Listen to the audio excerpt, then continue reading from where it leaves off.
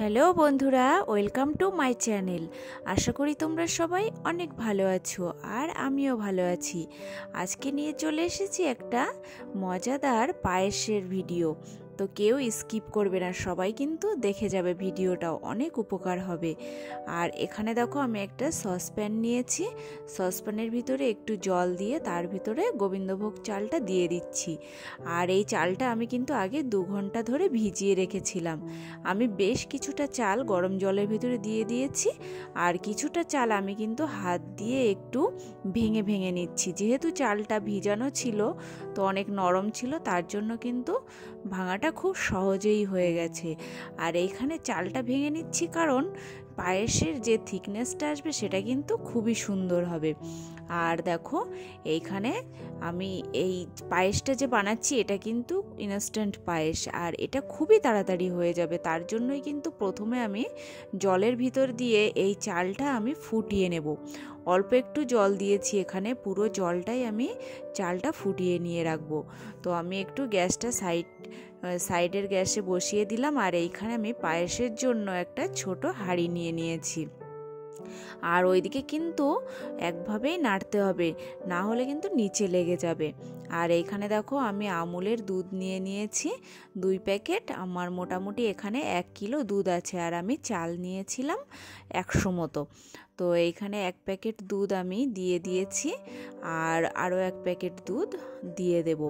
তো এইভাবে যদি তোমরা পায়েসটা করো বাড়িতে, বেশ সুন্দর হবে। পায়েসটা খুবই তাড়াতাড়ি হয় এবং খেতে কিন্তু অনেক টেস্টিও হয়। আমার দুধগুলো দেখো এখানে দেওয়া হয়ে গেছে, আর এবারে আমি গ্যাসটা ধরিয়ে দিয়েছি। তো এইখানে কিন্তু দুধ দেওয়ার সাথে সাথে একটা চামচ দিয়ে অনবরত নাড়তে হবে।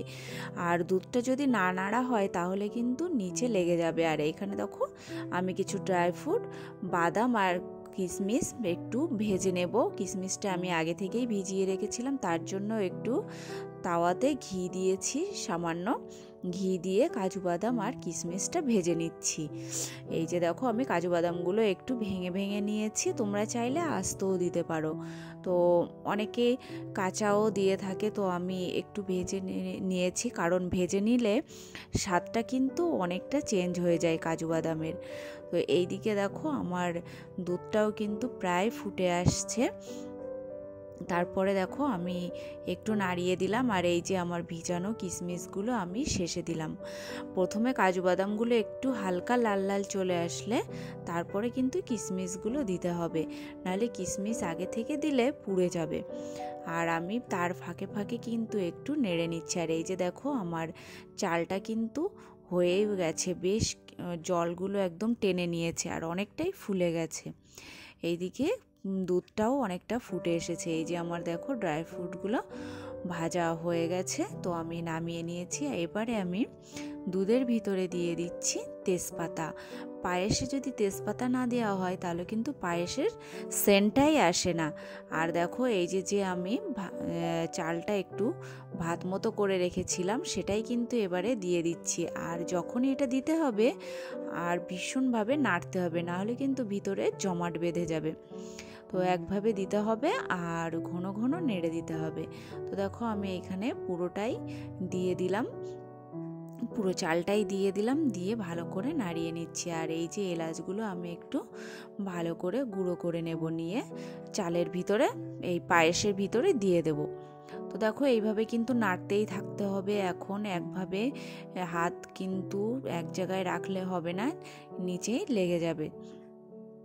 তারপরে দেখো আমার এখানে কিন্তু ফোটা শুরু হয়ে গেছে দুধটা, আর আমি সামান্য একটু লবণ দিলাম। লবণটা যে যার স্বাদ মতো দিয়ে দেবে। আর দেখো আমি কিন্তু নাড়তেই থাকছি। এইভাবে কিন্তু মোটামুটি আমার 20 থেকে 25 মিনিট মতো লেগেছিল পায়েসটা করতে। আর যদি চালটা ভিজানো না থাকে সেক্ষেত্রে কিন্তু অনেক টাইম লেগে যায়। আর যদি আমার মতো এইভাবে ফলো করো, ভিডিওটা দেখে তোমরা যদি বানাও তাহলে কিন্তু তোমাদের অনেক তাড়াতাড়ি পায়েস তৈরি হয়ে যাবে। তো দেখো আমি এবারে নাড়তেই থাকছি। এইভাবে কিন্তু অনবরত নেড়ে যেতে হবে, কারণ এই সময়টা ভীষণ নিচেটা ধরে যায়। আর ফ্লেমটা কিন্তু একদমই স্লো রাখতে হবে। এইভাবে নাড়তে নাড়তে দেখো একটা সময় দেখবে ভাতটা মানে পায়েসের যে চালের ভাতটা সেটা কিন্তু আগে থেকেই হয়ে যায় কিছুটা, আর পায়েস দুধের ভিতরে দিলে আবার কিছুটা কিন্তু খুবই তাড়াতাড়ি হয়ে যায়। তো দেখো এইভাবে কিন্তু আমি নাড়তেই থাকছি এইভাবে। আর দেখো আমি একটু চেপে চেপে দেখছি হয়ে গেছে কি না। তো আমার কিন্তু এখানে অনেকটাই রেডি হয়ে গেছে পায়েসটা। তারপরে দেখো আমি এবারে দিয়ে দেবো খেজুরের গুড়।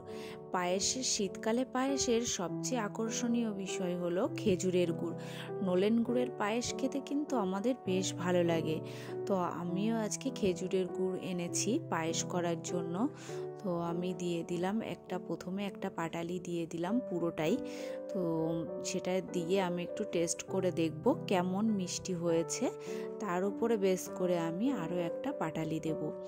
তো এখানে কিন্তু পাটালিতে সেই কালারটা আসে না, তার জন্য আমি কিন্তু একটু ঝোলা গুঁড়ো ব্যবহার করব। দেখো এখানে কিন্তু ঝোলা গুঁড়োটা দিতে হবে একদম শেষের দিকে, নাহলে কিন্তু দুধটা অনেক সময় ফেটে যায়। মাঝামাঝির দিকে দিলে অনেকটা ফোটালে কিন্তু দুধটা ফেটে যেতে পারে। আর তারপরে দিয়ে দিলাম আমি ড্রাই ফ্রুটগুলো। তো দেখো এইভাবে কিন্তু করতে করতে আমার পায়েসটা কিন্তু হয়ে এসেছে। আর পায়েসটা কিন্তু বেশ একটু পাতলা পাতলা লাগছে, এটা কিন্তু ঠান্ডা হয়ে গেলে একদমই গাঢ় হয়ে যাবে। আর তারপরে দেখো আমি একদম শেষে দিয়ে দিলাম ঘি। পায়েসে যদি ঘি দেওয়া হয় পায়েসের কিন্তু স্বাদটাই চেঞ্জ হয়ে যায়। দেখো আমার কিন্তু পায়েস রেডি। তো আমি একটু সার্ভ করে তোমাদের দেখাচ্ছি কতটা ঘন হয়ে গেছে। তো কেমন লাগলো আজকের ভিডিওটা তোমরা কিন্তু অবশ্যই কমেন্ট করো, আর এইভাবে পায়েস করো। আর দেখো বেশ ভালো লাগবে। আর আমার ভিডিওটা ভালো লাগে অবশ্যই সাবস্ক্রাইব করো আমার চ্যানেলটা, আর একটা লাইক বাটনে ক্লিক